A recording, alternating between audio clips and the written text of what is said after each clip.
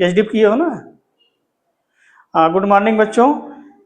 दूसरा क्लास हमारा हिंदी का है और हिंदी एक पैराग्राफ देता है, 5 नंबर पूछता है और उसका आंसर तभी आप दे पाओगे जब पैराग्राफ को पढ़ के समझ लोगे कि पैराग्राफ में दिया क्या है। तो आज हम लोग पढ़ते हैं पैराग्राफ नंबर 26। पढ़ाना था हमको 25, लेकिन पढ़ेंगे हम 26 क्योंकि 25 को हम ऑलरेडी पढ़ा चुके हैं। तो उसमें कुछ कठिन शब्द आए हैं, तो इसको हम लोग देख लेते हैं। जैसे परिश्रम का मतलब होता है मेहनत। कोई भी काम करो तो उसमें खूब मेहनत करो, और जब मेहनत ज़्यादा करोगे तो काम जल्दी होगा। जल्दी होगा कि नहीं होगा, और समय भी कम लगता है। लेकिन अगर तुम मेहनत नहीं करोगे, आलस से और टाल मटोल करोगे, अरे कल कर लेंगे, कल कर लेंगे, आलस आ रहा है, सोने जा रहे हो, तो आलस और टाल मटोल का मतलब है कि यही एक कमजोर विद्यार्थी की पहचान होता है। जो सबसे कमजोर होता है पढ़ने में, उसका कारण है आलस्य और टाल मटोल। धैर्य शब्द आया, धैर्य माने धीरज। जैसे तुम कोई चीज पढ़ रहे हो, तुमको समझ में नहीं आ रहा है तो परेशान मत हो, 2-3 बार कोशिश करो, 4 बार करो, ना आए तो किसी से पूछ लो। तो धैर्य के साथ पढ़ो और तुम्हें वो चीज समझ में आ जाएगा। धैर्य बनाए रखो। अगर हार मान लोगे तो उसी दिन हार गए, तुम्हें तो कभी नहीं आएगा। तो पागल, अगर लड़का बच्चा पागल ना हो तो धैर्य उसके पास है, आलस और टाल मटोल नहीं करता है, तो उसको सब कुछ आ जाएगा। आई बात समझ में। दूसरा है प्रगति। प्रगति, प्रगति माने उन्नत या विकास। अब जैसे उन्नत और विकास किसका होता है, जैसे जो बच्चा पढ़ रहा है, आए दिन रोज पढ़ रहा है, तो धीरे धीरे पढ़ने में तेज होता जा रहा है, तो उसकी प्रगति हो रही है। पहले छोटे थे अब बड़े हो रहे हो, तो ये प्रगति हो रही, विकास हो रहा है। समझ में आ रहा है। तो प्रगति माने विकास। नियमित और समर्पित। देखो, आलस्य और टाल मटोल से आप बर्बाद होंगे। नियमित और समर्पित मेहनत करेंगे, अगर परिश्रम करेंगे, नियमित और समर्पित परिश्रम करेंगे, तो आप हमेशा प्रगति करेंगे, हमेशा आगे बढ़ेंगे। नियमित माने होता है रोज, ये नहीं आज हम मेहनत कर लिए 4 दिन करेंगे, नहीं हो गया। समर्पित का मतलब होता है अपने आप को समर्पित कर देना, कि हम पढ़ेंगे, खेलने नहीं जाएंगे, जब तक कि हमारा काम नहीं पूरा हो जाएगा हम नहीं जाएंगे। अपने लिए समय निकालेंगे कि हम इसको, इस चीज़ को पढ़ेंगे, हमें ये चीज़ आना चाहिए। तो इतने शब्द थे इसमें 26 में। अब हम लोग पैराग्राफ को पढ़ते हैं।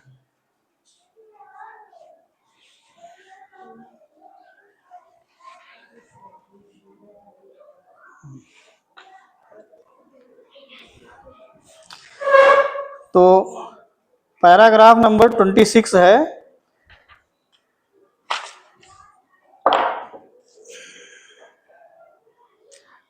परिश्रम सफलता की जननी है। जननी माने माँ होता है, माता। तो परिश्रम सफलता की जननी, यानी अगर हम सफल होंगे तो उसकी माँ कौन होती है, परिश्रम होती है। जो व्यक्ति लगन और धैर्य के साथ कठिन परिश्रम करते हुए वे निश्चित रूप से अपने लक्ष्य को प्राप्त करने में सफल होते हैं। जैसे आप लोगों का लक्ष्य है कि हम नवोदय विद्यालय या अटल आवासीय परीक्षा पास करें, तो इसी को लक्ष्य कहते हैं। तो अगर आप धैर्य के साथ कठिन परिश्रम करेंगे तो अपने लक्ष्य को में सफल हो जाएंगे।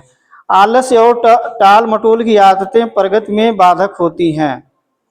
तो हमने बताया आलस और टाल मटोल हमेशा विकास नहीं होता है, इससे आदमी पीछे हो जाता है, जो व्यक्ति को पीछे ढकेलती है। हमें अपने जीवन में परिश्रम के महत्व को समझना चाहिए और किसी भी प्रकार को, किसी भी कार्य को छोटा या बड़ा मानकर उसे जी नहीं चुराना चाहिए कि ये काम छोटा है, ये काम बड़ा है। तो काम कोई भी हो, सब काम बहुत अच्छे होते हैं, उसको मन और लगन से और मेहनत से करनी चाहिए।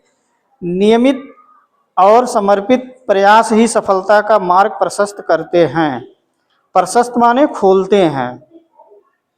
तो जो लोग नियमित और समर्पित प्रयास करते हैं वो सफलता का मार्ग उनके लिए खुल जाता है। अब प्रश्न आया है, सफलता की जननी किसे कहा जाता है? तो ऊपर पहली लाइन में दिया है परिश्रम सफलता की जननी है। तो इन चार उत्तर में हमारा सफलता की जननी किसे कहा जाता है? परिश्रम को। तो हमारा कौन सा आंसर? सी सही है। जननी शब्द का पर्यायवाची शब्द क्या है? पिता, भाई, बहन, माता। तो अभी हमने बताया माता होता है। प्रगति में बाधक आदतें कौन सी हैं? तो प्रगति में जो सबसे बाधक होती हैं, बाधा उत्पन्न करती हैं, प्रगति को रोकती हैं, उसमें आलस्य और टाल मटोल है। तो हमारा सी आंसर सही है। सफलता का मार्ग कौन प्रशस्त करते हैं? तो अभी हमने बताया नियमित और समर्पित प्रयास ही सफलता का मार्ग प्रशस्त करते हैं, खोलते हैं। तो हमारा आंसर सी सही होगा। प्रगति शब्द का विलोम शब्द क्या है? तो प्रगति माने अभी हमने बताया उन्नत। अवनति माने देखो सी जो दिया है अवनति दिया, अवनति माने पतन होता है। तो इसमें लिखा प्रगति शब्द का विलोम शब्द क्या है? तो इसका उल्टा है ये, तो यानी ये सी सही है। और प्रगति का मतलब उन्नति, विकास, उत्थान, ये तीनों होता है, लेकिन विलोम शब्द क्या होगा? अवनति। तो हमारा राइट आंसर क्या हो जाएगा? सी। तो इस प्रकार बच्चों ये पैराग्राफ में कुछ शब्द आए थे और हमने आपको बताया। तो आप इसको देखिए और किताब से पढ़िए। अब इसके आगे आप 26 के बाद पढ़ेंगे 4 पैराग्राफ, तो 30 हो जाएगा। 31वां हम फिर पढ़ाएंगे और उसमें जो कठिन शब्द आएगा उसी को बताएंगे। तो आज का ये हिंदी का सेशन खत्म हुआ।